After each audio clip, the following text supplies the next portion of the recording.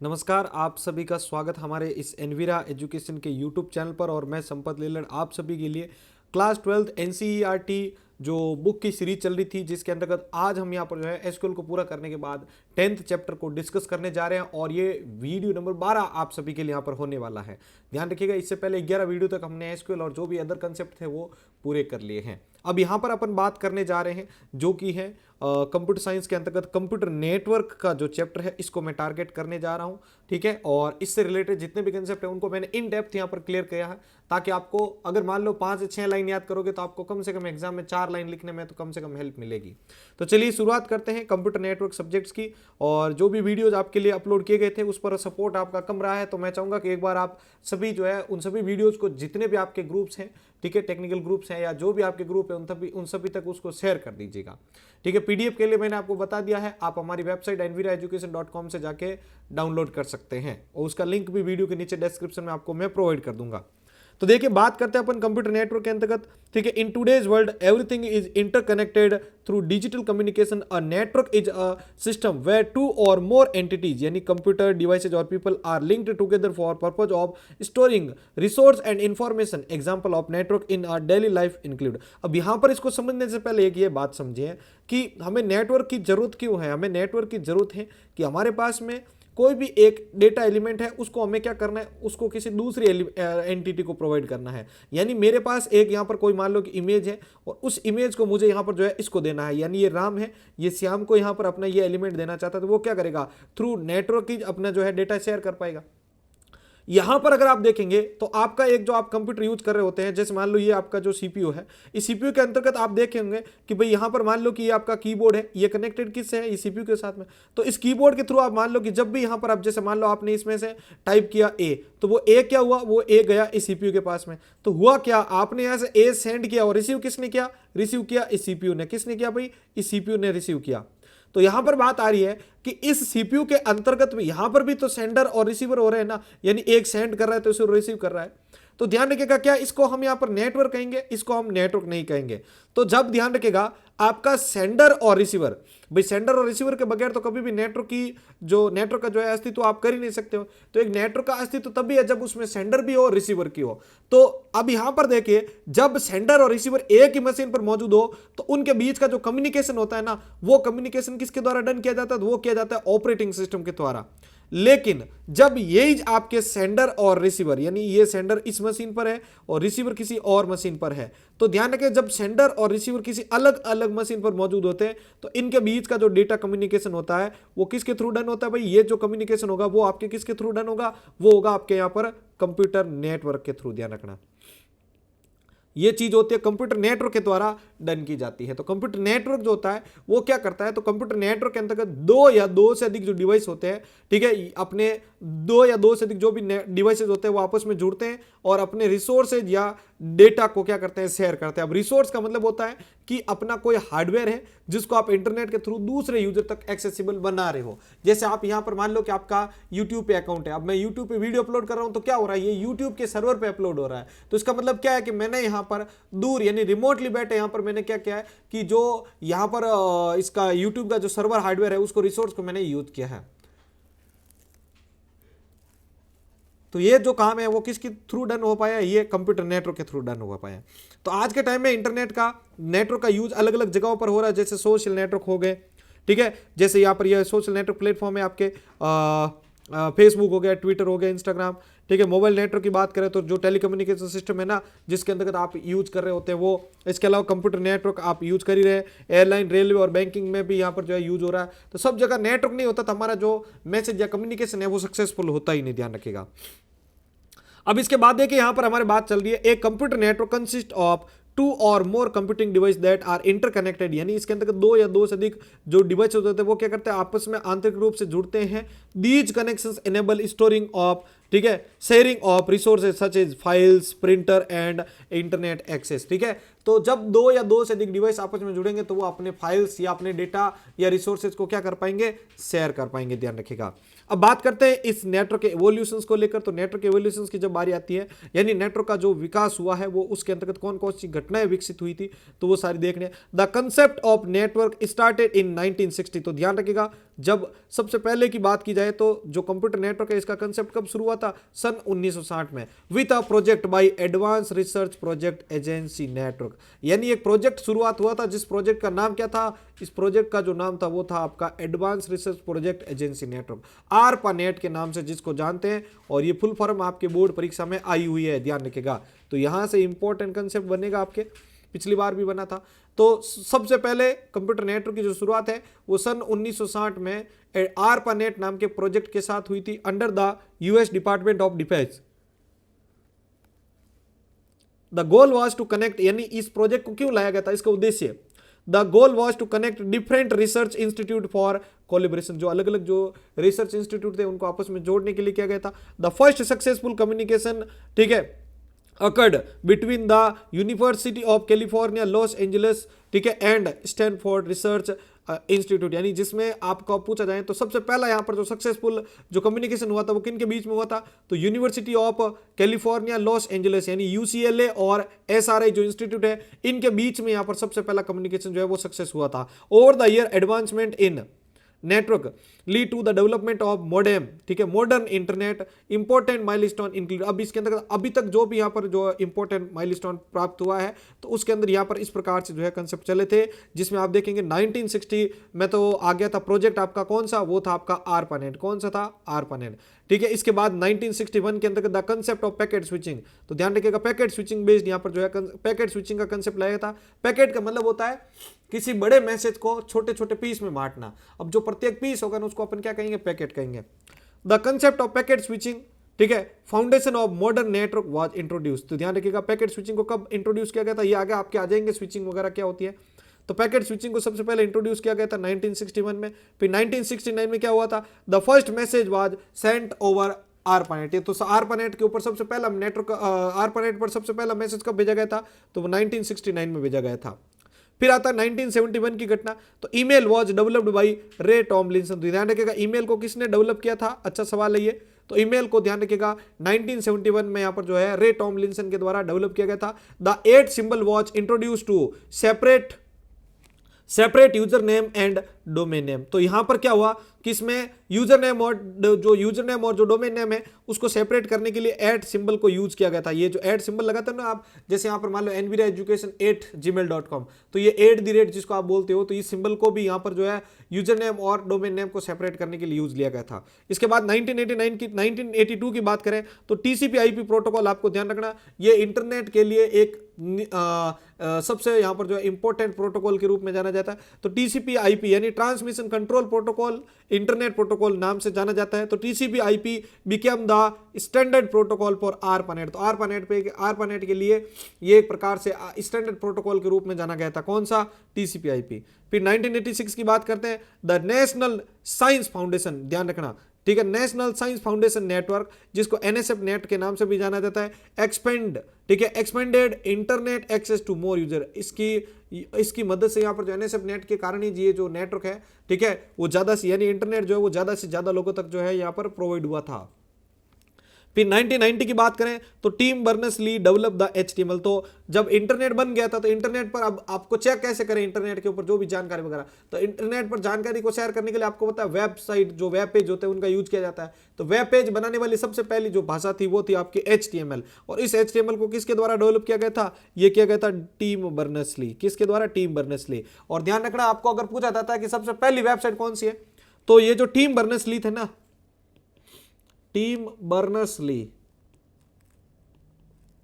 ये यहां पर एक प्रयोगशाला थी जिसका नाम था CERN। इस प्रयोगशाला में काम करते थे, इसी के नाम पर इन्होंने सबसे पहली वेबसाइट का वेब पेज तैयार किया था, और यही सबसे पहली वेब पेज जो है वह इंटरनेट का माना जाता है, CERN.info। कौन सा, CERN.info नाम से जाना जाता है। तो ये सबसे पहली वेबसाइट के नाम से भी जानी जाती है, ध्यान रखना, CERN.info। तो यहां पर बात आई थी कि 1990 में टीम बर्नर्स-ली के द्वारा यहां पर जो है सबसे पहले किसको, HTML को डेवलप किया गया था, ध्यान रखिएगा।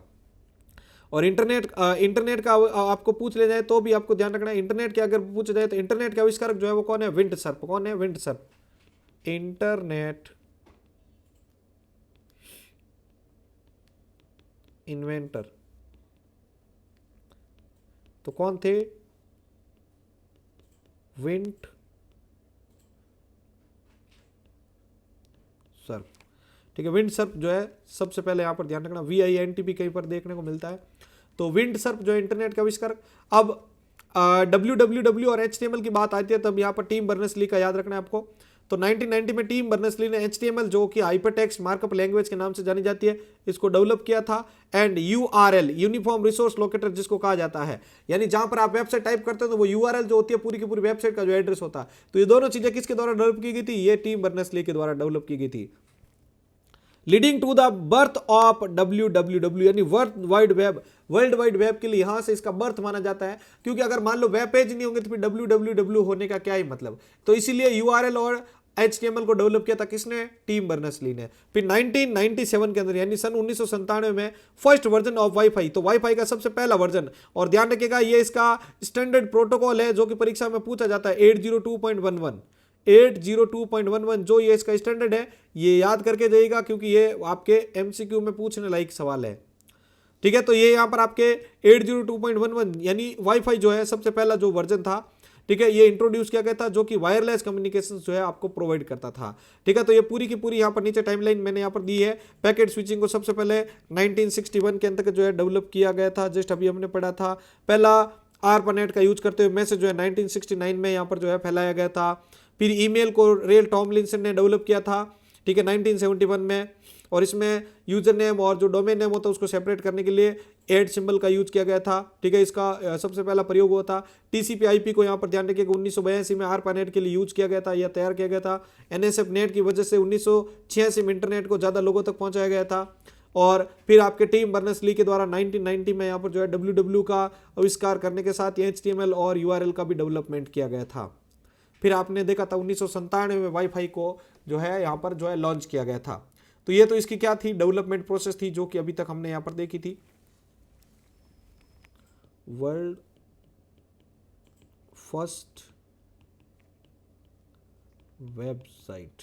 ओके, तो यहां तक अभी तक आपको कोई प्रॉब्लम नहीं आई होगी। आगे बढ़ते हैं और बात करते हैं अपन सेकंड कंसेप्ट की। अब बात करते हैं नेटवर्क के टाइप्स को लेकर। ठीक है, तो नेटवर्क जो टाइप्स है उसकी बात करते हैं। तो नेटवर्क टाइप्स के अंतर्गत हमारे पास में सबसे पहला कंसेप्ट आता है। अब बात करते हैं देखो टाइप्स ऑफ नेटवर्क को लेकर। तो टाइप्स ऑफ नेटवर्क की जब भी बारी आती है तो इसमें क्या क्या हमें चीजें ध्यान रखनी है, यानी जो नेटवर्क है उसको हम यहाँ पर क्या करते हैं भाई, अलग अलग मतलब अलग अलग अपन पर्पज के हिसाब से यूज करते हैं। तो उस समय उसके क्या होते हैं, अलग अलग टाइप्स है। तो कोई नेटवर्क छोटा होता है, कोई बड़ा होता है, कोई बहुत ज्यादा बड़ा होता है ऐसे। तो अगर अपन बात करते हैं सबसे पहले सबसे छोटे नेटवर्क से, तो वो होता है पैन एरिया नेटवर्क, जिसको कहा जाता है पैन नेटवर्क के नाम से भी जाना जाता है, पर्सनल एरिया नेटवर्क, सॉरी। तो पर्सनल एरिया नेटवर्क के अंदर देखो ये एक पैन जो होता है सबसे छोटा यहाँ पर जो है नेटवर्क का टाइप है। ठीक है, जो कि यहाँ पर आपको देखा जाए तो बहुत ही छोटी रेंज में, यानी जिसके लिए अपन कह सकते हैं 10 मीटर की रेंज के लिए यहाँ पर जो है यूज किया जाने वाला नेटवर्क है। इसका अच्छा एग्जांपल है आपको ब्लूटूथ, आप डिवाइस यूज करते हो ब्लूटूथ कनेक्शन, तो वो इसी का ही एग्जांपल है। एक ब्लूटूथ का यूज करते हो आप अपने लैपटॉप, USB जो भी कनेक्शन होते हैं, ठीक है, उनको PC के साथ आप कनेक्ट करते हो।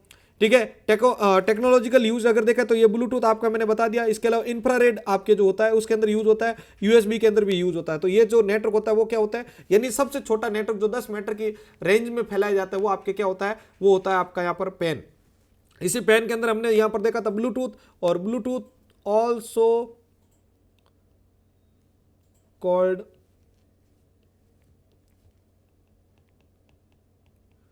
पिकोनेट। ठीक है, तो ध्यान रखिएगा ब्लूटूथ को यहाँ पर पिकोनेट के नाम से भी जानते हैं। तो ये सबसे छोटा यहाँ पर जो है नेटवर्क की कैटेगरी के अंदर रखा जाता है।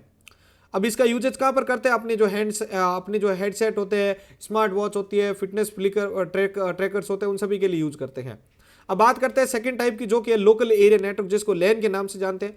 तो लोकल एरिया नेटवर्क की बात करें तो A LAN cover a small area such as an office, school और होम, यानी जो एक ऑफिस, घर या जो भी यहाँ पर स्कूल होता है उनके अंदर या कॉलेज के अंदर जो यहाँ पर एक बिल्डिंग के अंदर फैलाया जाने वाला जो नेटवर्क है बड़ा, ठीक है, पैन से बड़ा, वो होता है local area network. It enable fast communication between computer and device. ये कंप्यूटर और जो भी अलग अलग डिवाइस होते हैं उनके बीच में डेटा जो कम्युनिकेशन होता है उसको फास्ट प्रोवाइड करता है आपको। ठीक है, तो ये चीज अभी आपको मैंने बता दी। आपके जो स्कूल के अंदर लगा हुआ जो कंप्यूटर लैब है वो एक लैन नेटवर्क का एग्जांपल है। टेक्नोलॉजिकल के अंदर देखें तो यहाँ पर IS का जो यूजेज है वो IEEE 802 यानी जो इथरनेट हो गया, वाईफाई हो गया, स्विच और जो राउटर होते हैं वो सभी इसका यूज करते जाए। अब इसकी कैरेक्टरिस्टिक के तौर पर आपको ध्यान रखना है कि ये हाई स्पीड डेटा ट्रांसफर आपको प्रोवाइड करता है, क्योंकि ये छोटा नेटवर्क है इसलिए ये लिमिटेड जियोग्राफिकल कवरेज करता है, यानी एक एक मकान के अंदर ही फैलाया जाता है। तो ऐसा नहीं कि पूरी की पूरी सिटी के अंदर फैला, तो इसका एरिया जो होता है ना, ठीक है, वो जो है कम इसके अंदर कवर होता है। इसके अलावा यहाँ पर अगर बात करें कैन बी वाइड और वायरलेस, ये वाइड भी हो सकता है और वायरलेस भी हो सकता है, ध्यान रखना।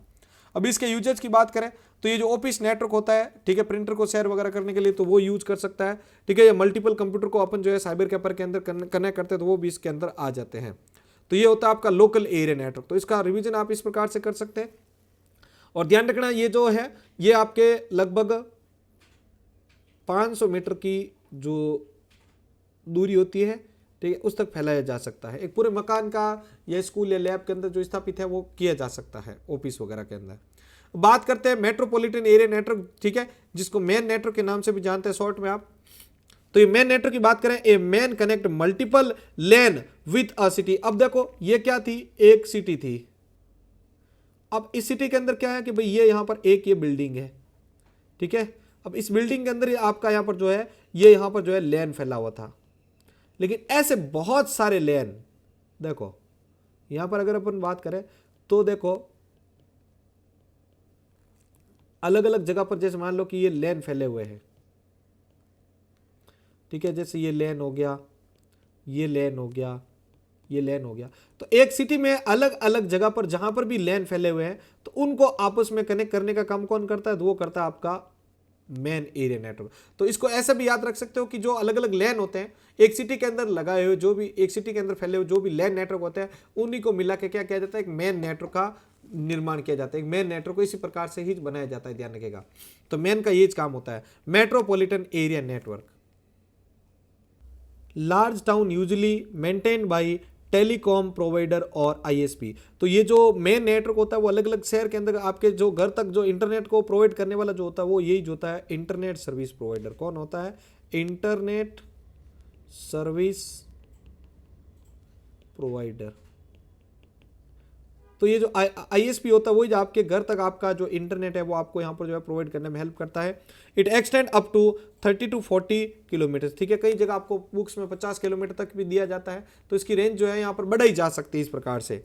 ए सिटी वाइड वाईफाई नेटवर्क और केबल टीवी, ये जो आपके एक सिटी के अंदर जो केबल टीवी नेटवर्क होता है वो इसी का एक अच्छा एग्जांपल है, ठीक है। इसके अलावा जो फाइबर ऑप्टिक्स केबल होती है वो यूज करती है इसके अंदर टेक्नोलॉजी के तौर पर। माइक्रोवेव जो लिंक्स है, कोक्सियल केबल्स है, वो सारी इसके अंदर आती है। अब अगर बात करें तो इसकी कैरेक्टरिस्टिक के तौर पर ये तो लैन नेटवर्क से थोड़ा बड़ा होता है ये यहाँ पर, ठीक है, ये हायर बैंड भी देता है, ठीक है, लेकिन ये लैन से छोटा होगा, मतलब इसकी जो स्पीड है ना वो लैन से कम रहेगी, ध्यान रखना। क्यों, लैन छोटा नेटवर्क है तो उसमें कम डिवाइस कनेक्ट होंगे, तो कम होंगे तो क्या होगा, स्पीड ज्यादा रहेगी। और मेन नेटवर्क की जो स्पीड है वो क्या होगी, लैन के मुकाबले कम रहेगी, ध्यान रख लेना। इसके अलावा यहाँ पर जो है टिपिकली मैनेज्ड बाय आईएसपी और लार्ज ऑर्गेनाइजेशन, जो बड़ी बड़ी लार्ज ऑर्गेनाइजेशन और जो आईएसपी होता है वो इसको मैनेज करते हैं। अब यहाँ पर यूजेज की बात करें तो ब्रॉडबैंड इंटरनेट सर्विस होता है आईएसपी, वो इसको यूज करता है। इसके अलावा यहाँ पर जो कैंपस वाइड नेटवर्क होता है ना वो इसके अंतर्गत आ जाते हैं। अब अगला देखिए, यहाँ पर अगला लास्ट हम टाइप बात कर रहे हैं जो कि वाइड एरिया नेटवर्क। कौन सा टाइप है भाई, वाइड एरिया नेटवर्क होता है। तो वाइड एरिया नेटवर्क की बात करें तो जो कि पूरे विश्व में फैला हुआ नेटवर्क है। तो WAN spans large geographical area on access countries or continents and connect multiple LAN and MAN. The internet is the largest WAN. आज के टाइम में जो इंटरनेट आप यूज कर रहे हो वो WAN नेटवर्क का ही तो एग्जांपल है जो पूरे विश्व भर में फैला हुआ है। A banking network connecting ATM nationwide और multi nationwide companies network. यानी एक बैंक का आप एग्जांपल ले लो, जैसे आपका कोई भी एक एसबी बैंक है, पीएनबी बैंक है, तो पूरे भारत भर में ये फैला हुआ है। तो इसमें यहाँ पर ये जो है नेशन वाइड यानी एक पूरे देश के अंदर फैला हुआ नेटवर्क है। तो ये यहाँ पर किसकी मदद से फैला हुआ, तो ये वाइड एरिया नेटवर्क की। तो जो भी जितने भी यहाँ पर अलग अलग जो शहरों के जो मेन नेटवर्क है उनको मिला के तो एक बड़ा वैन नेटवर्क बनाया गया है, वाइड एरिया नेटवर्क जिसको कहा जाता है। ये जो आप सैटेलाइट कम्युनिकेशन यूज करते हो जो कि लॉन्ग डिस्टेंस तक कम्युनिकेशन करवाते हैं, तो उनके अंतर्गत देख लो। ऑप्टिकल फाइबर के अंतर्गत देख लो जो कि हाई स्पीड डेटा ट्रांसफर के लिए यूज होता है, ठीक है। इसके अलावा लीज लाइन और जो भी MPLS होता है यानी मल्टी प्रोटोकॉल लेबल स्विचिंग, तो वो सब इसी का यूज करती हैं। कि इसकी कैरेक्टरिस्टिक की बात करें तो ये कवर करता है, ठीक है, लार्ज मतलब देखो इसके लिए कोई रेंज तो फिक्स हो नहीं सकती क्योंकि इसको कितना भी एक्सटेंड किया हुआ है क्योंकि ये तो पूरे विश्व भर में फैला हुआ है। इसके अलावा यहाँ पर स्लोवर स्पीड भी रहती है इसकी और मैनेज करती है जो भी बड़ी बड़ी टेलीकॉम प्रोवाइडर और जो ISP होते हैं वो इसको, ठीक है। बाकी इसका अलग से कुछ यूजेज तो है नहीं क्योंकि इंटरनेट का जो यूज है वही जो आपका क्या है लैन नेटवर्क का एक यूज है। अब बात करते हैं नेटवर्क डिवाइसेज को लेकर। तो नेटवर्क डिवाइसेज की बात करें, सबसे इंपॉर्टेंट पार्ट आ चुका है। एक सवाल आपको कंफर्म मिलेगा जिसमें आपको पूछा जाएगा, ठीक है, जिसमें आपको कहा जाएगा कि इनमें से कोई एक नेटवर्क डिवाइस को या नेटवर्क डिवाइसेज को समझिए, तो उस समय आपके लिए यहाँ पर ये जो हेल्प करेगा। तो नेटवर्क डिवाइसेज की अगर अपन कैटेगरी की बात करते हैं तो सबसे पहला हमारे पास नेटवर्क, देखो नेटवर्क डिवाइस क्या है पहली बात तो, नेटवर्क डिवाइस यानी वे उपकरण जिनकी मदद से आपका जो डेटा कम्युनिकेशन है वो सक्सेस हो रहा है। अगर मान लो कि आपके घर पे मॉडेम लगा ही नहीं रहता तो क्या आप इंटरनेट यूज कर पाते? अब देखिए सबसे पहला यहां पर अपन बात करते हैं जिसका नाम है repeater. A digital signal can only travel so for down a cable until a degradable the gradual weakness is referred to an attenuation rate. A repeater operating at the OSI model physical layer 1, ठीक है, OSI model होता है तो उसके अंदर जो पहली layer होती है आपकी लेयर 1 जिसका नाम क्या है फिजिकल लेयर, तो उस पर यहाँ पर काम करता है। लेकिन बात हम रिपीटर की चल रहे हैं, तो रिपीटर जब डिवाइस की बात चल रही है तो रिपीटर जो होता है वो क्या करता है कि जब आपका यानी डेटा ट्रांसमिशन में जो सिग्नल वीक हो जाते हैं ना, तब उस समय यहाँ पर उसको मतलब जैसे ये आपके ये मानिए कि ये एक डिवाइस है जिसके साथ में ये रिपीटर था, ठीक है। तो यहाँ पर देखो मान लो कि आपने अपने डिवाइस से एक डेटा भेजा। अब क्या होता है कि धीरे धीरे ये जैसे जैसे सिग्नल ज़्यादा दूरी तय करते हैं ना, तो इनके जो सिग्नल है ना वो क्या हो जाते हैं, वीक हो जाते हैं। और इस वीक होने को जो अपन क्या कहते हैं, एटेन्यूएशन कहते हैं। क्या कहते हैं? सिग्नल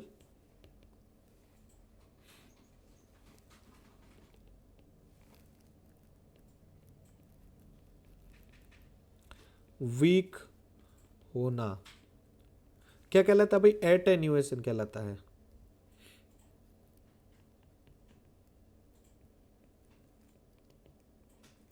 तो देखिए जब आपके जैसे मान लो कि सिग्नल ज्यादा दूरी तय करते हैं, तो ज्यादा दूरी तय करने पर क्या होता है कि उन सिग्नल की जो स्थिति है ना वो थोड़ी वीक होने लग जाती है। भाई अब आप मान लो कि 1 किलोमीटर दूर कोई एक डिवाइस है, अब उस पर आप अपना डेटा भेज रहे हो, तो क्या होगा, वो थोड़ी सी दूरी तय करेगा।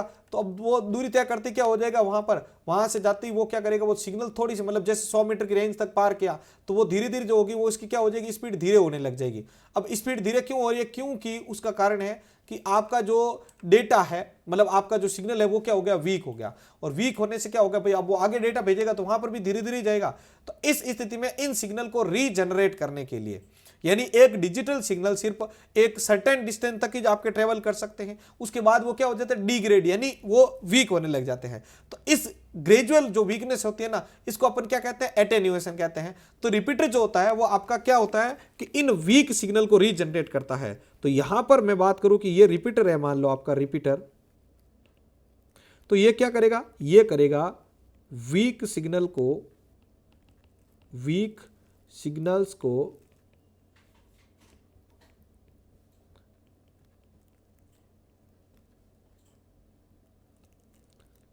रीजनरेट करता है। तो मान लो कि दूसरा डिवाइस बहुत दूर पे है, तो बीच में क्या करो, आप यहां पर रिपीटर लगा दो। अब रिपीटर क्या होगा, रिपीटर जो होगा वो क्या करेगा, इन दोनों के बीच में यहां पर जब भी कम्युनिकेशन हो रहा, अगर मान लो कि वो सिग्नल वीक होने लग गए तो उन सिग्नल को क्या कर देगा, रीजनरेट कर देगा।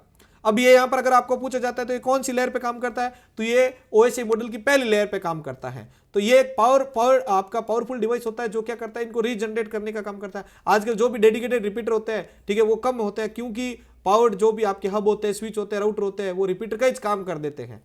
भाई आज रिपीटर कम लगाए जा रहे हैं, रीजन ये है कि जो भी आप जो मॉडर्न आप हब और डिवाइस जो भी यूज कर रहे हैं, तो वो एज रिपीटर की तरह ही काम कर रहे होते हैं। पर कभी कभी रिपीटर देखो रिमोट वायरलेस एक्सेस पॉइंट की रेंज को एक्सटेंड करने के लिए यूज किया जाता है। तो देखो रिपीटर के काम के तौर पर अगर आपको पूछा जाए, देखो ये रहा आपका रिपीटर,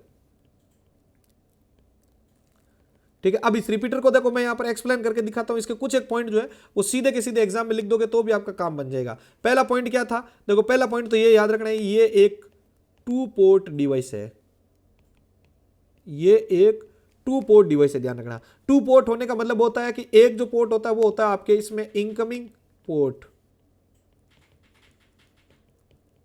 और एक जो पोर्ट होता है वो होता है आपका क्या, आउटगोइंग पोर्ट। क्या होता है, आउटगोइंग पोर्ट के नाम से जाना जाता है। अब ये क्या करता है रिपीटर, अभी जस्ट हमने देखा था, ये जो रिपीटर होता है वो क्या करता है, वीक सिग्नल्स को रीजनरेट करता है, वीक सिग्नल को रीजनरेट करता है कौन, वो करता है रिपीटर। अब ये कौन सी लेयर पे काम करता है, तो ध्यान रखना ओएसआई मॉडल की लेयर जो फर्स्ट होती है उस पर यहाँ पर ये काम करता है ठीक है। जो ओएसए मॉडल की जो सबसे पहले लेयर होती है उसी पर ही काम करता है। लेकिन एक और काम इसका सबसे इंपॉर्टेंट होता है कि जो नेटवर्क होता है उसकी रेंज को यहां पर ध्यान रखना। नेटवर्क रेंज को एक्सटेंड करता है। तो देखो इसके इतने सारे पॉइंट बता दिए, 5 लाइनें तो आपके यहीं पर ही तैयार हो गई नोट्स को लेकर, ठीक है। तो ओएसए मॉडल जो होता है वो उसकी फर्स्ट लेयर पर यहां पर काम करता है आपका कौन सा, रिपीटर डिवाइस, ध्यान रखना। फिर इसके बात करें तो ये रिपीटर टू पोर्ट डिवाइस होता है जिसमें एक इनकमिंग पोर्ट होता है, एक आउटगोइंग पोर्ट होता है। तो इनकमिंग पोर्ट जो होता है वो क्या करता है, जो सिग्नल मतलब जो डेटा भेजा है उसको एक्सेस करेगा और आगे उसको मतलब दूसरे डिवाइस तक भेजने का काम कौन सा करेगा, आउटगोइंग पोर्ट करेगा। अब ये वीक सिग्नल जो होता है उसको रीजनरेट करता है, इसलिए यहां पर माना जाता है। अब मान लो कि आपका एक नेटवर्क है जो कि मान लो कि 100 मीटर का था, अब उसको और आगे बढ़ाना है तो आप क्या कर दोगे, उसके आगे यहाँ पर एक और रिपीटर कनेक्ट करोगे, मतलब अपनी आवश्यकता के अनुसार। तो क्या होगा, नेटवर्क का दायरा और बढ़ गया। तो नेटवर्क की जो रेंज होती है उसको भी एक्सटेंड करने के लिए यूज करते हैं। तो इस प्रकार से आप ये रिपीटर जो है याद कर सकते हैं। क्या आपको यहां पर ये याद हो चुका है? इस प्रकार से डायग्राम विद भी आपको मैंने पढ़ा दिया है, स्क्रीनशॉट भी ले सकते हैं और पीडीएफ के लिए मैंने आपको बता ही दिया है, enviraeducation.com विजिट कर सकते हैं आप। अब देखिए इसके बाद में यहां पर अपन बात करते हैं दूसरे डिवाइस के बारे में जो कि है हब, ठीक है। दूसरे डिवाइस का नाम क्या है भाई, दूसरे डिवाइस का हब नाम है। तो हब क्या होता है, तो ध्यान रखना हब को अपन ब्रॉडकास्ट डिवाइस के नाम से भी जानते हैं। क्या नाम से जानते हैं इसको, ब्रॉडकास्ट डिवाइस के नाम से जानते हैं। अब ये हब क्या करता है कि अपने से जुड़े हुए जो भी यहां पर जो डेटा आता है ना उसको क्या करता है, ये आगे एज इट इज उसको शेयर कर देता है। ये इसमें ये नहीं करता कि भाई इसके पास कौन सा डेटा आ रहा है। और जब एक रिपीटर कर रहे हो तो इसमें एक चीज और ध्यान रखिएगा, इसमें स्टोर एंड फॉरवर्ड नहीं होता है, ठीक है। ये लाइन याद रखिएगा। यानी इसका मतलब ये है, इसका एक और लाइन याद रखना है आपको,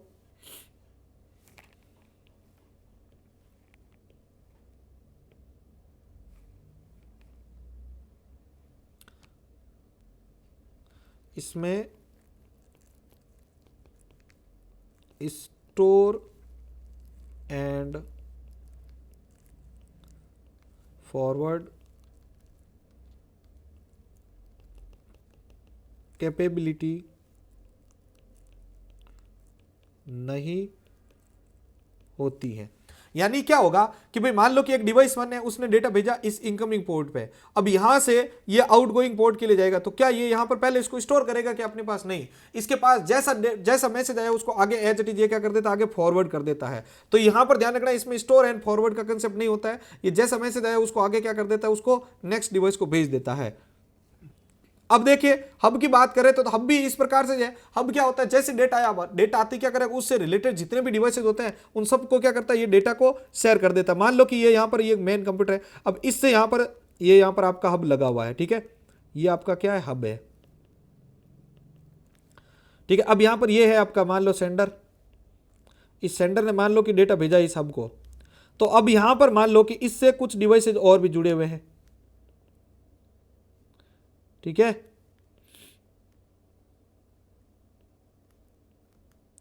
तो ये क्या करेगा, उनको एज इट इज आगे मैसेज भेज देगा। तो ये जो भी रिसीवर है तो ये यहां पर क्या करेगा, इन सबको एज इट इज आगे भेज देगा। तो सोच लो अगर आपका कोई भी पर्सनल मैसेज अगर आपने भेजा, कोई या सेंसिटिव कोई फाइल्स भेजते हो, तो वो मैसेज होगा वो फिर क्या होगा, सब में स्प्रेड हो जाएगा। तो इसमें सिक्योरिटी जो होती है वो लो रहती है, ठीक है। तो पहला पॉइंट अपन इसके ऊपर ये बना सकते हैं,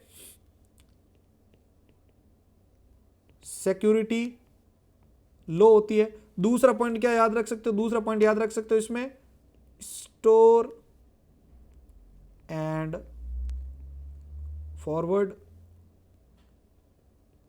कैपेबिलिटी नहीं होती है इसमें, ठीक है। बाकी ये हब है, आपको अभी मैंने बता दिया, ठीक है। इसको मल्टीपोर्ट डिवाइस के नाम से भी जानते हैं, मल्टीपोर्ट डिवाइस के नाम से भी इसको जाना जाता है, ध्यान रखिएगा, ठीक है। क्योंकि बहुत सारे देखो इसके अंदर मल्टीपल पोर्ट्स है इसके अंदर, इसी कारण से इसको मल्टीपल।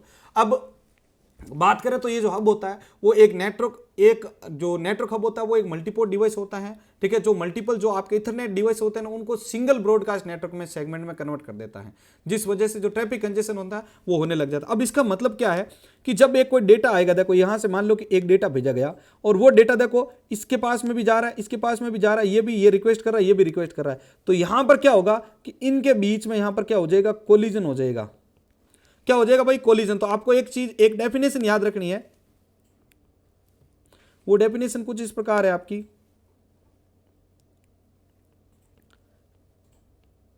एक साथ डेटा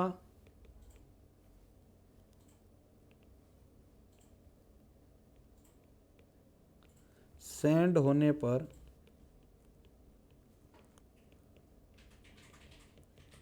कोलिजन होगा। कोलिजन को कह सकते हैं अपन टकराव, ठीक है, कोलिजन होगा, ध्यान रखना। जब एक साथ डेटा भेजेंगे ना तो उसके बीच में क्या होगा, यहां पर कोलिजन होगा, भाई यहाँ पर डिवाइस 1 कहेगा मुझे भेजो, कोलिजन 2 कहेगा मुझे, मतलब डिवाइस 2 कहेगा मुझे भेजो, तो उनके बीच में यहाँ पर क्या होगा, कोलिजन होना शुरू हो जाएगा। और जिस पर्टिकुलर एरिया पर कोलिजन होता है उसको अपन यहाँ पर क्या कहते हैं, उसको कोलिजन डोमेन के नाम से जानते हैं। ये भी लिख लीजिएगा अपने पास में। तो ये मल्टीपोर्ट डिवाइस है, ठीक है। दूसरा मैंने याद करवा दिया, ये सिक्योरिटी में यहाँ पर जो है लो है। तीसरा मैंने आपको बता दिया, स्टोर एंड फॉरवर्ड की कैपेसिटी इसके अंदर नहीं होती है, जैसा डेटा है उसको आगे भेज देता है, ध्यान रख लेना, ठीक है। इसके अलावा यहां पर अगर अपन बात करें तो इसका बेनिफिट क्या हो सकता है, बेनिफिट ये है कि ये यहां पर आपका क्या है, लो कॉस्ट में आपको अवेलेबल हो जाता है,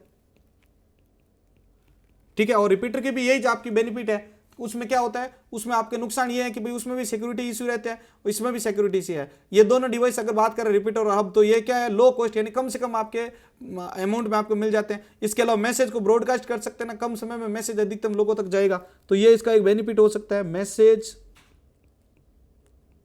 ब्रॉडकास्ट के लिए यूज करते हैं इसको, मैसेज ब्रॉडकास्टिंग के लिए इसका यूज किया जाता है। तो ये दो डिवाइस आपको याद हो चुके हैं भाई। अब इसके अलावा दो चीजें और याद होगी, ठीक है। क्या कि अगर आपको पूछा जाए कि इसके टाइप्स कितने होते हैं, तो इसके यानी हब के 3 टाइप होते हैं। एक होता है पैसिव हब, ठीक है, एक होता है पैसिव हब, दूसरा होता है एक्टिव हब, और तीसरा होता है इंटेलिजेंट हब। ये तीनों होते हैं क्या, याद कर लो। पैसिव हब जब होता है ना, वो कोई पावर सोर्स, ठीक है, पावर सोर्स इसको नहीं चाहिए होता है, बस डिवाइस को बिना एम्पलीफाई किए ये क्या कर देता है, कनेक्ट कर देता है। और एक्टिव हब की बात करें तो ये इनकमिंग सिग्नल को एम्पलीफाई करता है बिफोर ब्रॉडकास्टिंग। और इंटेलिजेंट हब की बात करें तो इसमें नेटवर्क मैनेजमेंट, मॉनिटरिंग और डायग्नोस्टिक का मतलब है कि नेटवर्क में जो भी प्रॉब्लम आ रही है ना, उसको ठीक करने की भी कैपेसिटी रहती है, इसीलिए इसको इंटेलिजेंट हब कहते हैं। तो ये होते हैं इसके तीनों टाइप, याद कर लीजिएगा अच्छे से। अब बात करते हैं अपन ब्रिज डिवाइस को लेकर, ठीक है।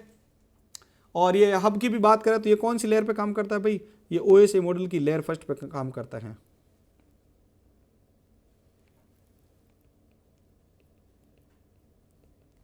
OSI मॉडल लेयर फर्स्ट पे काम करता है। कौन सा लेयर, कौन सा डिवाइस, हब डिवाइस, ध्यान रखना। अब ब्रिज क्या है, तो देखो, while a hub connect multiple device, a network bridge connect 2 or more network segment and filter the traffic between them. अब यहां पर ये कहा जा रहा है इसके बारे में, जो ब्रिज होता है, जहां एक हब जो है वो मल्टीपल डिवाइसेस को कनेक्ट करता था, वही एक नेटवर्क ब्रिज जो होता है वो 2 या 2 से अधिक, जो मतलब नेटवर्क जो ब्रिज होता है वो 2 या उससे ज्यादा जो नेटवर्क सेगमेंट होते हैं उनको कनेक्ट करने के लिए यूज होता है, और उनके बीच डेटा ट्रैफिक को भी क्या करता है, फिल्टर करता है, ध्यान रखना। यानी जो हब था, हब के बारे में हमने क्या देखा था कि वो मल्टीपल डिवाइसेज को कनेक्ट करता था, लेकिन ब्रिज क्या होता है, ब्रिज जो होता है वो अलग अलग जो नेटवर्क सेगमेंट होते हैं ना, उनको जोड़ने का काम करता है। आप इसको कुछ इस प्रकार से समझिए,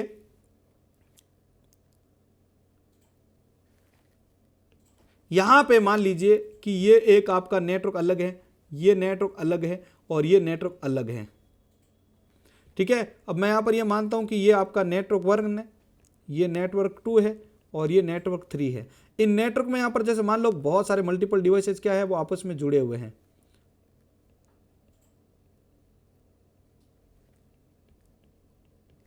ठीक है। अब यहां पर कहा जा रहा है कि यहां पर जो आपका ये ब्रिज होता है ना, वो क्या करता है, इन सारे अलग अलग नेटवर्क सेगमेंट को कनेक्ट करता है। लेकिन जो हब था वो क्या था, वो तो अलग अलग डिवाइसेस को, मतलब जो एक से अधिक कंप्यूटर थे उनको जोड़ने का काम करता था। तो काम उसके जैसे ही है, लेकिन ये पूरे का पूरे नेटवर्क सेगमेंट को कनेक्ट करने का काम करता है। तो आपको अगर पूछ ले जाए 2 अलग अलग जो नेटवर्क सेगमेंट होते हैं या 2 से अधिक जो नेटवर्क सेगमेंट होता है उसको कौन कनेक्ट करता है, तो वो करता है ब्रिज डिवाइस, ध्यान रख लेना।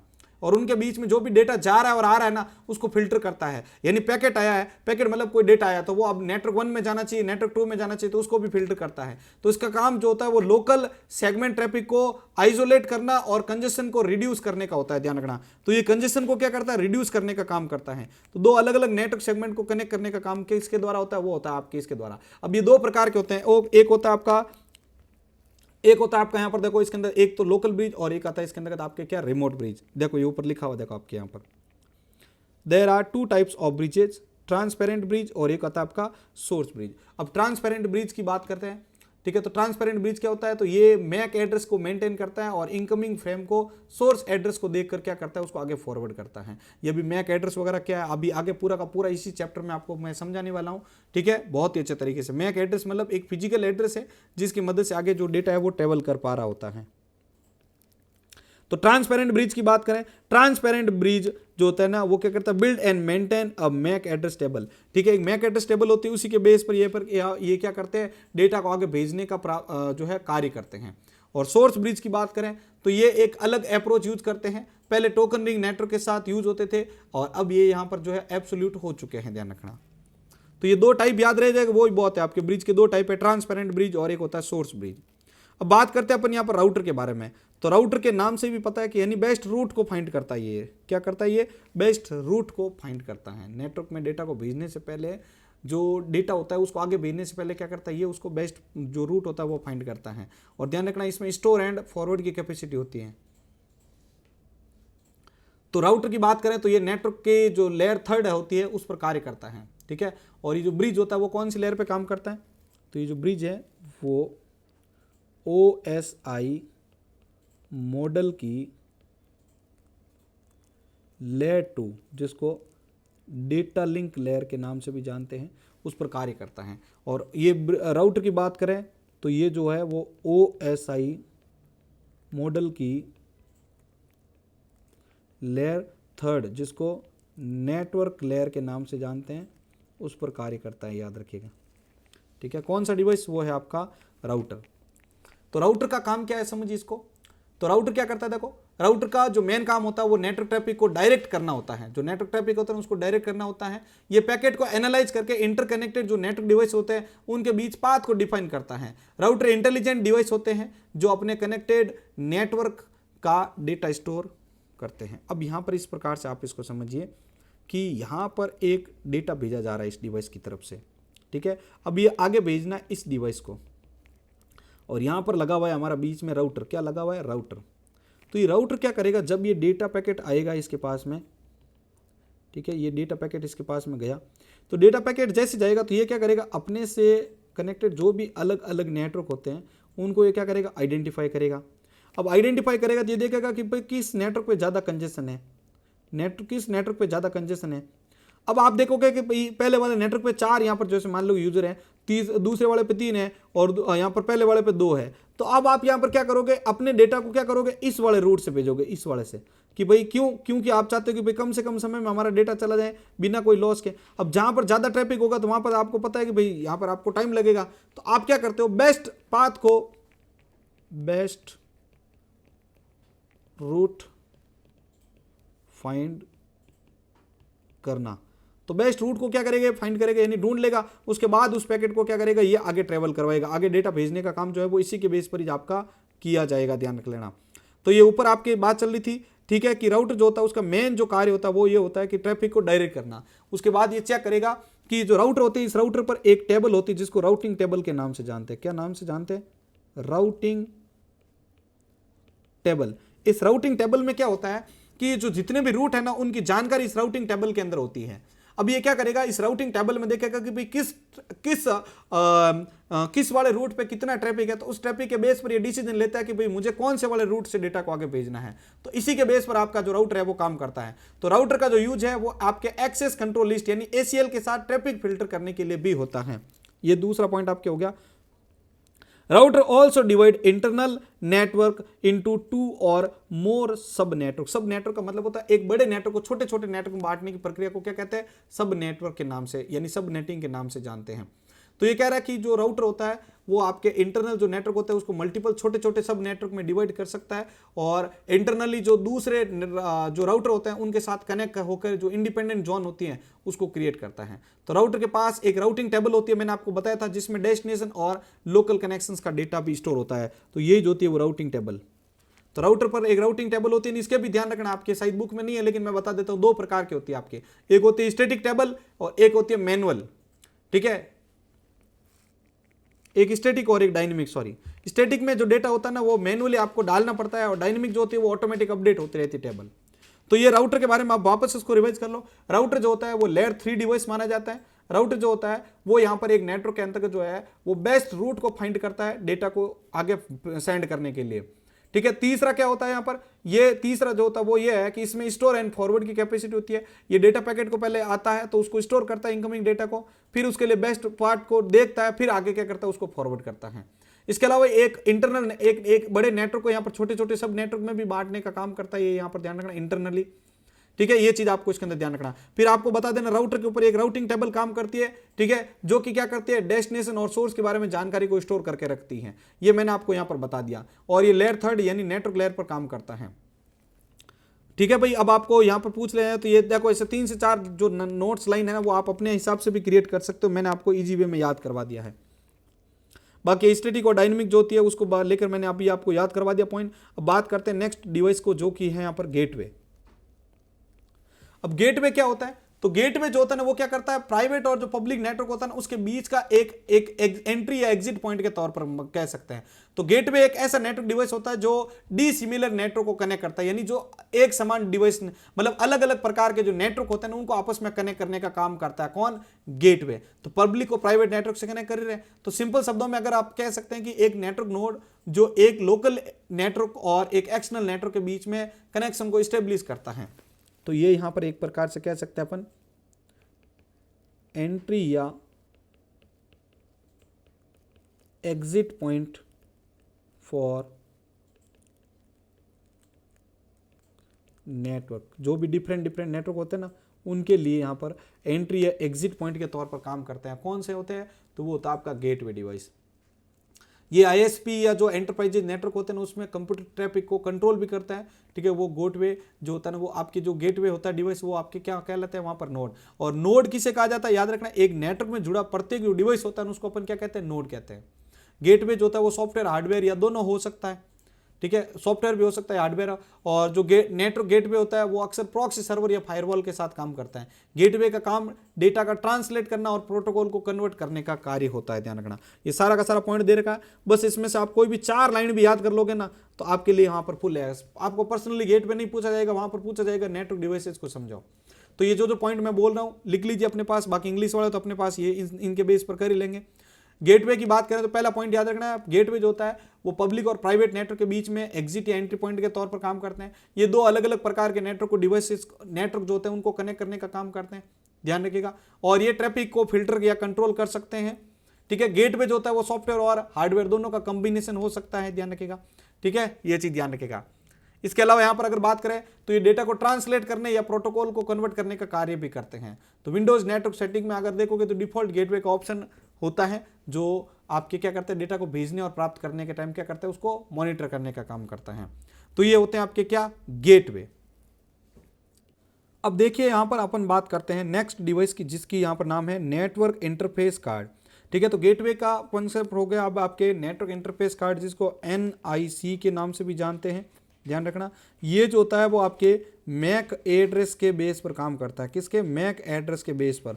और मैक एड्रेस क्या होता है उसकी पूरा अभी आगे मैं सेपरेट पूरा टॉपिक ही मैंने आपके जोड़ दिया है ताकि उसको आप इसके साथ डिस्कस कर सकें। तो हर नेटवर्क जो होता है वो आपके जैसे आपके कंप्यूटर के अंदर आप नेटवर्क को कनेक्ट कर पा रहे हो तो वो किसके थ्रू कनेक्ट कर पा रहे हो, NIC कार्ड। अगर NIC कार्ड ही नहीं होता तो आप क्या नेटवर्क यूज कर पाते, नहीं कर पाते। तो हर नेटवर्क कनेक्टेड डिवाइसेस के पास एक NIC कार्ड यानी आपके नेटवर्क इंटरफेस कार्ड होता है। ये कंप्यूटर और नेटवर्क के बीच में डेडिकेटेड जो कनेक्शन होता है उसको प्रोवाइड करता है। ये देखिए आपको पता होगा कि आपके पास जो RJ45 एक केबल अभी जस्ट नीचे जो आपका टॉपिक है, तो RJ45 यानी जो आपके पास में जो लैन केबल होती है उसको क्या करते हैं आप यहाँ पर कनेक्ट करते हैं इसके अंदर। तो इसके अंदर कनेक्ट करने के बाद क्या होती है कि आपका जो नेटवर्क का फ्लो होता है वो आगे आपका ट्रांसफर होना शुरू होता है। तो ये यहां पर एंट्री और एग्जिट पॉइंट है। ये जो अपन NIC यानी नेटवर्क इंटरफेस, नेटवर्क के लिए इंटरफेस के तौर पर काम करते हैं। तो पहले NIC एक एक्सपेंशन कार्ड के रूप में आपके मदरबोर्ड में इंसर्ट होते थे, लेकिन आज के लिए मदरबोर्ड के साथ डायरेक्टली इंटीग्रेटेड होते हैं, मदरबोर्ड के साथ ही लगे हुए रहते हैं, ध्यान रखना। ये यहां पर आपके होते थे कोई इथरनेट पोर्ट वगैरह। तो ये कुछ अलग अलग टाइप के हैं, जैसे वाइड होता है, ठीक है, तो वो यहाँ पर क्या करते हैं, इथरनेट केबल से कनेक्ट होंगे, वायरलेस होंगे तो वो वाईफाई नेटवर्क से जुड़ेंगे, और फाइबर ऑप्टिक्स हुए तो वो high speed fibre optics connections के लिए यूज लिए जाते हैं। अब NIC के कौन कौन से कंपोनेंट्स हैं उनको याद कर लेना। तो एनआईसी के कंपोनेंट की बात करें तो ये कंपोनेंट देखो आपके यहां पर देखो, ये रहे इसके कंपोनेंट्स। पहला आता है A controller for processing data, data को प्रोसेस करने के लिए किसका प्रयोग होता है, कंट्रोलर का यूज होता है, ध्यान रखना। इसके अलावा यहां पर बात करें ए पोर्ट फॉर केबल और ट्रांसीवर कनेक्शन, यानी किसी ट्रांसीवर के कनेक्शन या केबल को कनेक्ट करने के लिए जो है किसका यूज करते हैं अपन इसमें, पोर्ट का। इसके अलावा अगर अपन बात करें तो अगला आता है bus interface for connecting to the computer, यानी एक बस इंटरफेस होता है जो क्या करता है, बस मतलब जो डेटा को लाने और ले जाने के लिए हमारे यूज करेगी, तो एक माध्यम है इसके अंदर। तो हमारे कंप्यूटर के अंदर उसको कनेक्ट करने के लिए जो है किसका प्रयोग करते हैं, बस इंटरफेस का। और एक यहां पर एक यूनिक मैक एड्रेस होता है और उसी मैक एड्रेस के बेस पर ही आपका एनआईसी जो होता है वो यूनिकली आइडेंटिफाई किया जाता है नेटवर्क पर। तो ये चीज होती है आपके एनआईसी कार्ड से संबंधित। तो जल्दी से अपने पास नोट डाउन कर लो हिंदी वाले, एनआईसी जो होता है उसका पूरा नाम नेटवर्क इंटरफेस कार्ड होता है। दूसरा पॉइंट क्या याद रख लेना है, ये यहां पर आपके एक कंप्यूटर और नेटवर्क के बीच में इंटरफेस के तौर पर यानी डेडिकेटेड पॉइंट के तौर पर काम करता है। तीसरा याद क्या रखना है आपको, ये एक एक्सपेंशन कार्ड के रूप में पहले मिलते थे, लेकिन आज के टाइम में ये इंटीग्रेटेड रहते हैं कंप्यूटर के साथ। चौथा पॉइंट क्या याद रखना है आपका, ये वायर्ड, वायरलेस और फाइबर ऑप्टिक्स टाइप के हो सकते हैं। फिर आपके कंपोनेंट बता देना एनआईसी के, जिसमें एक कंट्रोलर होता है डेटा को प्रोसेस करने के लिए, पोर्ट होता है जो कि यहाँ पर केबल या ट्रांसीवर को कनेक्ट करता है। अगर आपके बस इंटरफेस की बात करें तो ये कंप्यूटर से कनेक्ट करने के लिए यूज होता है आपके इंटरनेट को। और मैक एड्रेस जो होता है वो क्या करता है, इस एनआईसी को यूनिकली आइडेंटिफाई करवाने में हमारी मदद करता है। तो इस प्रकार से आपको याद रखना है ये नेटवर्क इंटरफेस कार्ड। अब देखिए आगे बढ़ते हैं। अब अगला पॉइंट जो है आपके लिए आ रहा है मोडेम, और ये सवाल एज इट इज परीक्षा में आया हुआ था कि मोडेम को एक्सप्लेन करो, सेपरेट ज्यादा पूछा जाता है, तो इसीलिए यहां पर मैं इसको कहूंगा कि ये इंपॉर्टेंट रहने वाला है एग्जाम के लिए। तो मोडेम की बात करें तो मोडेम का पूरा नाम क्या होता है आपके, मॉड्यूलेटर और डी मॉड्यूलेटर। क्या होता है, मॉड्यूलेटर, डी मॉड्यूलेटर। ये एक ऐसा इसके नोट्स आपको मैं बता रहा हूं, ठीक है, आप जो इंग्लिश वाले इनको आप देखते रहेगा। जो मोडेम होता है वो क्या करता है, ये एनालॉग सिग्नल्स को डिजिटल में और डिजिटल सिग्नल को एनालॉग सिग्नल में क्या करता है, कन्वर्ट करने का कार्य करता है, और उनको आगे क्या करता है, फिर ट्रांसमिट करने का कार्य करता है। आप इसको कुछ इस प्रकार से समझिए कि ये यहां पर एक डिवाइस है और एक ये डिवाइस है, इसका यहां पर एक खुद का मोडेम है यहां पर, और एक इसका यहां पर ये मोडेम है, ठीक है, मोडेम, और ये इसका मोडेम है। अब यहां पर क्या होगा, जब ये सिग्नल भेजे जाते हैं तो इसमें जो सिग्नल होते हैं वो क्या होते हैं, 0-1 की फॉर्म में, ठीक है। अब ये यहां पर क्या करेगा कि ये जो भी डिजिटल सिग्नल्स होते हैं ना, देखो ये इस डिवाइस पर जो भी डिजिटल सिग्नल्स होते हैं तो उनको यहां पर क्या करता है, एनालॉग सिग्नल में कन्वर्ट करने का कार्य करता है। कौन करता है ये करता है आपका मोडेम। कौन करता है, मोडेम। तो यहां पर ध्यान रखिएगा, मोडेम जो होता है वो एनालॉग सिग्नल को डिजिटल में और डिजिटल सिग्नल को एनालॉग सिग्नल में कन्वर्ट करने का कार्य करता है। ये लिखा हुआ देखो यहां पर, into analogue signal, digital signal को एनालॉग सिग्नल, ठीक है, और एनालॉग सिग्नल को डिजिटल, एनालॉग देखो डिजिटल टू एनालॉग की बात करते हैं। इनके पॉइंट मैं अलग से बनवा देता हूं यहां पर आपके, यहां पर मॉड्यूलेटर और डी मॉड्यूलेटर की बात कही जा रही थी, तो मॉड्यूलेटर, ठीक है, और एक होता है डी मॉड्यूलेटर।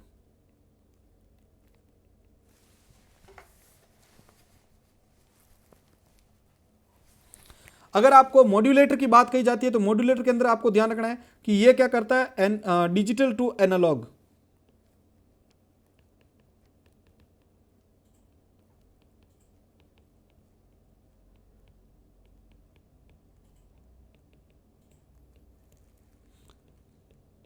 डिजिटल से एनालॉग सिग्नल में कन्वर्ट करने का काम तो करेगा मॉड्यूलेटर, और डी मॉड्यूलेटर जस्ट इसका उल्टा करेगा। ये क्या करेगा, वापस उसको एनालॉग टू डिजिटल कन्वर्जन का जो कार्य होता है वो क्या पर होता है, वो होता है डी मॉड्यूलेटर के पास में। तो दोनों पॉइंट अपने पास नोट डाउन कर लीजिएगा। एनालॉग से डिजिटल में काम करता है वो करता है डी मॉड्यूलेटर, ठीक है। और यहां पर अगर बात करें तो ये मॉड्यूलेटर जो होता है वो होता है कहां पर, सेंडर के पास में। ये होता है सेंडर के पास में और ये होता है रिसीवर के पास में। यानी मैं अगर मान लो आपको एक डेटा भेज रहा हूं तो यहां पर डेटा भेज रहा हूं तो क्या हो रहा है, ये जो डेटा है वो मेरे पास में कौन सा है, डिजिटल डेटा है। अब वो जब डेटा जाएगा तो ऐसा नहीं कि डिजिटल में आपके पास पहुंचेगा, वो यहां पर जब आप तक आएगा तो वो क्या होगा, वो यहां पर इलेक्ट्रिक वेव में, यानी यहां पर आपके क्या होगा, एनालॉग वेव में यहां पर क्या करेगा, ट्रेवल करते हुए आएगा। तो मेरे पास में जो मॉडेम होगा वो क्या करेगा, मॉड्यूलेटर का काम करेगा। तो वो क्या करेगा, उसको डिजिटल सिग्नल को एनालॉग में कन्वर्ट करके दे देगा आपको। अब जब आपके पास आएगा तो आपका जो मॉडेम होगा वो क्या करेगा, वापस एनालॉग को डिजिटल में कन्वर्ट करके आपको 0-1 की फॉर्म में डेटा को बाइनरी फॉर्म में शो करवा देता है। अब अगर बात करें तो ये जो इसके मॉडेम के टाइप्स है वो यहां पर इस प्रकार से, पहला होता है DSL modem, uses telephone cable. जो डीएसएल मोडेम होता है उसके अंदर आपके जो है यहाँ पर किसका यूज किया जाता है, डीएसएल मोडेम के अंदर टेलीफोन केबल का यूज करते हैं और ये स्लोएस्ट होते हैं, धीरे काम करते हैं। फिर बात करते हैं केबल मोडेम की, तो ये ट्रांसमिट करते हैं इंफॉर्मेशन को किस पर, टीवी लाइंस पर, टीवी लाइंस पर डेटा को भेजने के लिए यहाँ पर यूज करते हैं केबल मोडेम का। वायरलेस जो मोडेम होते हैं वो वाईफाई के थ्रू डेटा को शेयर करते हैं। और अगर बात करें सेल्यूलर मोडेम, तो ये क्या करता है, डिवाइस को कनेक्ट करने के लिए यूज कर लिया जाता है, किसके लिए, इंटरनेट से कनेक्ट करने के लिए यूज में लिया जाता है सेल्यूलर मोडेम का। तो ये 4 टाइप भी आपको याद रखना है। तो इस प्रकार से आपके मोडेम का कंसेप्ट भी पूरा हो चुका है। एक बार रिवाइज कर लो, मोडेम का पूरा नाम मॉड्यूलेटर डीमॉड्यूलेटर होता है। मॉड्यूलेटर जो होता है वो सेंटर साइड में काम करता है, ये डिजिटल को एनालॉग सिग्नल में कन्वर्ट करता है। फिर आपको बताना है कि डीमॉड्यूलेटर जो होता है वो क्या करता है, रिसीवर साइड में काम करता है, ये एनालॉग सिग्नल को क्या करता है, डिजिटल सिग्नल में कन्वर्ट करने का काम करता है। फिर आपको बताना है कि इसके 4 टाइप होता है। डीएसएल मोडेम जो होता है वो यहाँ पर धीरे कार्य करता है, टेलीफोन लाइन में का यूज होता है केबल में। केबल मोडेम जो होते हैं वो क्या करते हैं, वहाँ पर आपके टीवी लाइन पर यहाँ पर जो है टीवी लाइन जो होती है ना केबल्स, उन पर डेटा को इन्फॉर्मेशन को जो है ट्रांसमिट करता है। फिर आपके केबल मोडेम की बात करें तो ये यहाँ पर आपके क्या करते हैं, वायरलेस मोडेम, तो ये वाईफाई के थ्रू डेटा को सेंड या रिसीव करते हैं।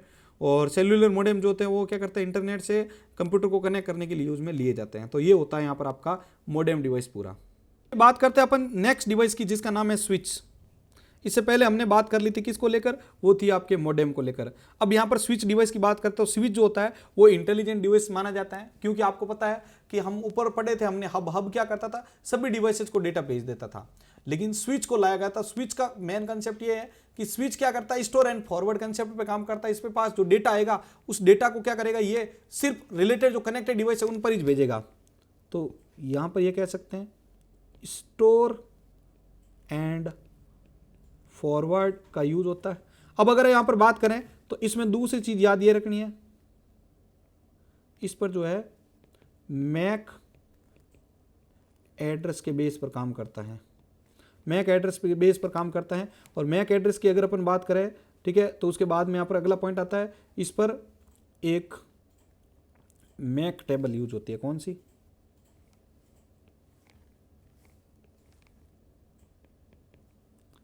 मैक या स्विच टेबल के नाम से भी जानते हैं इसको। तो वो यूज होती है और ये 2 प्रकार की होती है। पहली होती है आपकी स्टैटिक और सेकंड होती है आपकी कौन सी, डायनेमिक। ठीक है, तो स्टैटिक और डायनेमिक प्रकार की 2 प्रकार की इसके अंदर क्या होती है भाई, वो होती है यहाँ पर आपके जो टेबल है वो यूज होती है इस डिवाइस के ऊपर। किसके ऊपर, वो होता है स्विच डिवाइस। ध्यान रखना, ये है आपका स्विच डिवाइस। इस स्विच डिवाइस पर यूज होती है आपकी, मैं लिख देता हूँ इसको,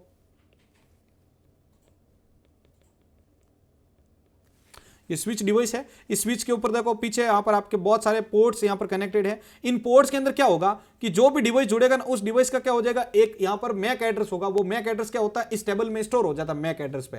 तो जब आप डेटा आएगा तो डेटा को क्या करेगा, ये पहले चेक करेगा कि भाई मुझे यहाँ पर जो है एक डेटा आया है, और वो डेटा मान लो कि मुझे यहाँ पर क्या करना है कि भाई इसके पास में कुछ डिवाइसेज कनेक्टेड। देखो आप इसको इस प्रकार से समझिए कि ये स्विच है। अब इस स्विच में यहाँ पर मान लीजिए कि यहाँ पर कि ये यहाँ पर एक सेंडर है, इसने यहाँ पर मान लो कि अपना डेटा जो है वो किसको भेजा है, ये इसको स्विच को भेजा है। अब स्विच के साथ में मान लीजिए कि यहाँ पर ये 3 डिवाइसेज कनेक्टेड है, एक इसके साथ है, ठीक है, एक इससे कनेक्टेड है और एक इससे कनेक्टेड है। तो इसमें क्या होगा भाई, मान लो कि ये 1 नंबर है, ये 2 है और ये है, और ये खुद कौन है, ये है सेंडर।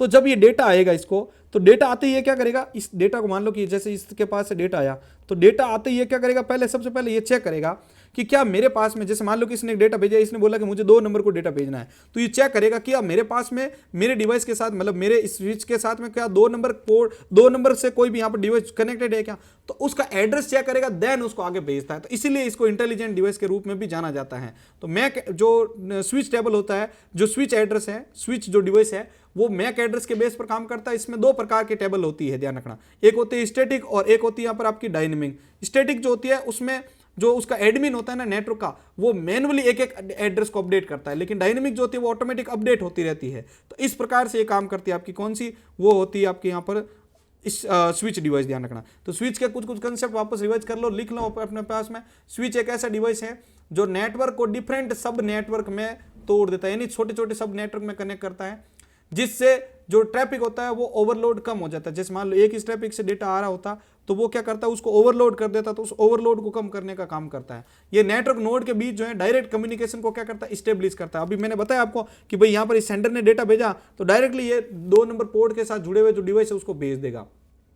अब नेटवर्क स्विच की हब की तरह आपके दिखाई देता है, लेकिन ज्यादा इंटेलिजेंट होते हैं, ठीक है। हब की जगह ये आजकल स्विच का यूज ज्यादा होता है। क्यों? क्योंकि यहां पर आपकी सिक्योरिटी हाई होती है ना, इसमें सिक्योरिटी हाई है क्योंकि जो कनेक्टेड नोड है उसी को ही डेटा भेजेगा, अगर नहीं हुआ तो वो डेटा भेजेगा नहीं। यहाँ पर तो स्विच जो होता है वो इनकमिंग डेटा पैकेट को इंस्पेक्ट करता है, यानी इंस्पेक्ट मतलब उसको डेटा पैकेट आएगा तो पहले उसको क्या करेगा, चेक करेगा। चेक करने के बाद क्या करेगा, उसका डेस्टिनेशन एड्रेस अपने डिवाइस पर ढूंढता है, क्या मेरे साथ 2 नंबर 3 नंबर या जो भी डिवाइस है वो जुड़ा हुआ है क्या, जो पैकेट आया है। अगर होगा तो वो क्या करेगा, उसको आगे भेजेगा। तो इस प्रकार से यहां पर हमारे जो है कार्य करते हैं। और ये डिवाइस कौन सा होता है, ये होता है आपका स्विच, ध्यान रखना। तो मेरे हिसाब से मैंने इसमें कोई भी प्रकार की कमी नहीं रखी है आपको समझाने में। तो सारे के सारे जो नोट्स आपको बोल रहा हूं वो याद करके रखना है अपने पास। अब बात करते हैं अपन RJ45 कनेक्टर की। इसको 8 पिन कनेक्टर के नाम से भी जानते हैं। नो एज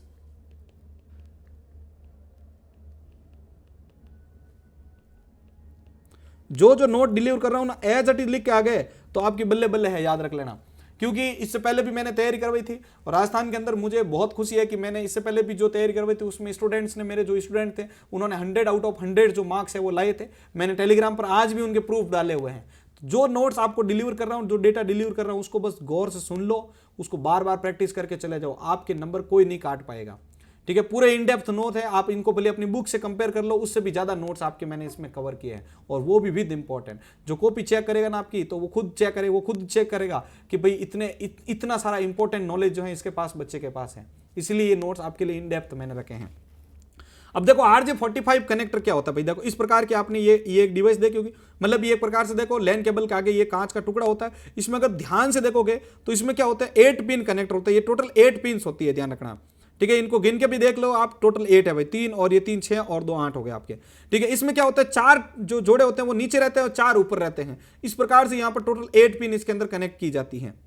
अब देखो यहां पर RJ45 के बारे में कुछ मैटर जो है वो पढ़ लेते हैं। RJ45 का फुल फॉर्म क्या होता है बेटा, तो याद कर लेना। RJ45 का फुल फॉर्म होता है रजिस्टर्ड जैक 45, ठीक है। And is the most commonly used connector in the wide network. ये वाइड नेटवर्क के अंदर यूज किया जाने वाला सबसे पहला, सबसे ज्यादा जो है एक डिवाइस के तौर पर माना जाता है। The jack are mainly use to connect. Jack जो होता है वो क्या करता है, इसको लैन के साथ यानी लोकल एरिया नेटवर्क के साथ कनेक्ट करने में काम होता है। इट वॉज अर्लियस्ट, ठीक है, earlier devised for telephone but is now used for ethernet network. आज के टाइम में ये इथरनेट नेटवर्किंग में यूज होता है। The 45 in RJ45 basically stand for the listening number. ये एक लिसनिंग नंबर है। कई जने बोलते होंगे कि सर ये 45 क्यों यूज किया है, तो ये एक लिसनिंग नंबर है नेटवर्क के अंतर्गत, ध्यान रखना, ठीक है। तो उसके अंदर यूज होता है। बाकी मेन इसके फीचर मैंने अभी आपको बता दिया। ये एक प्रकार से 8 पिन कनेक्टर होता है, ध्यान रखना, ठीक है। दूसरा ये सील्डेड ट्विस्टेड पेयर केबल या एसटीपी या यूटीपी। देखो वेरी इंपॉर्टेंट कंसेप्ट आया, आगे केबल आएगी आपके तब मैं पढ़ा दूंगा।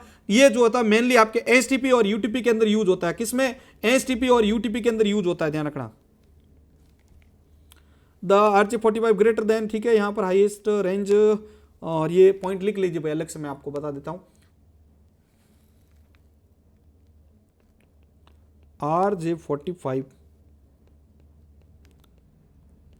uses with UTP and STP cable, और इनकी फुल फॉर्म आई हुई है। यूटीपी का मतलब होता है अनसील्डेड ट्विस्टेड पेयर और एसटीपी मतलब होता है सील्डेड ट्विस्टेड पेयर। नेक्स्ट आपका जो डेटा कम्युनिकेशन चैप्टर है उसके अंदर आई हुई है, ध्यान रख लेना। फिर आपको ध्यान रखना ये हाई स्पीड डेटा ट्रांसफर करता है और मोस्टली स्टार टोपोलॉजी नेटवर्क में इसका यूज होता है।